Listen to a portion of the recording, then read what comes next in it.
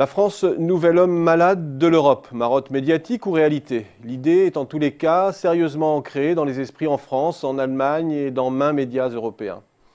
À tel point que la France ne serait pas seulement le nouveau grand malade au sein de l'UE, ou même malade de l'Europe, de sa déflation larvée, de son change surévalué, bien plus que cela.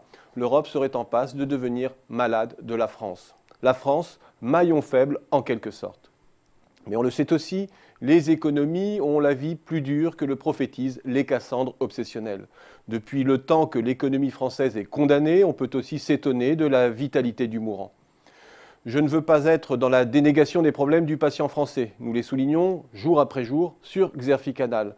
Mais le discours vire tellement à la caricature aujourd'hui que l'on atteint l'overdose avec ce qui ressemble de plus en plus à un pur marketing intellectuel. De quoi souffre au juste la France? D'un déficit de compétitivité. Peu le conteste aujourd'hui. Mais le déficit de compétitivité n'est pas une maladie incurable. La France a su, à d'autres moments de son histoire, corriger le tir. Chacun se souvient encore du tournant de la rigueur de 82 et de la politique de désindexation des salaires. Et d'autres pays en Europe également, l'Allemagne ou la Suède, par le passé, ont su renverser la tendance, sans renoncer pour autant à leurs fondamentaux sociaux. Il y a surtout à la base de ce constat beaucoup d'exagération. Le décrochage des parts de marché françaises est réel et inquiétant.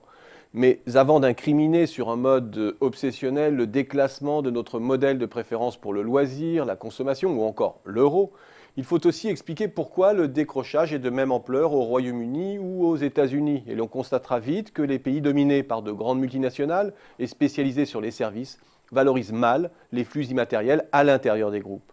En dépit de cela, la France est une des économies internationalisées qui a le plus faible déficit courant en pourcentage de son PIB. Pour beaucoup, notre modèle social périmé doit être cloué au pilori de la mondialisation. Il y a là encore dans ce domaine trop d'exagération. Les régimes sociaux doivent certes être gérés de façon équilibrée et avec rigueur. Mais corriger certaines dérives ne signifie pas que notre modèle assurantiel, universel et collectif soit une tare.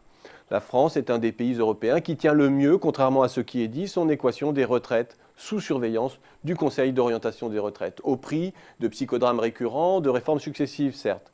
Au final, nos besoins de financement à long terme sont estimés à un demi-point du PIB par la Commission européenne dans son rapport annuel sur la soutenabilité financière, quand ils sont de 2,6% en Allemagne, de 1,5% au Royaume-Uni ou de 3,6% en Espagne. Notre durée de cotisation nous conduira de fait à un âge de retraite effectif proche de celui de nos voisins pour une équation de dépendance bien moins dégradée. Une maîtrise obtenue au prix d'une dérive insupportable de ses coûts unitaires, diront certains. Là encore, si les évolutions des coûts unitaires dénotent avec l'Allemagne, la France reste un pays en position médiane en Europe. Que dire de notre propension à l'endettement? Là encore, beaucoup d'exagération autour d'un pays qui reste en bas de l'échelle lorsque l'on agrège l'endettement de tous les agents. L'État s'endette certes, mais au bénéfice des agents privés.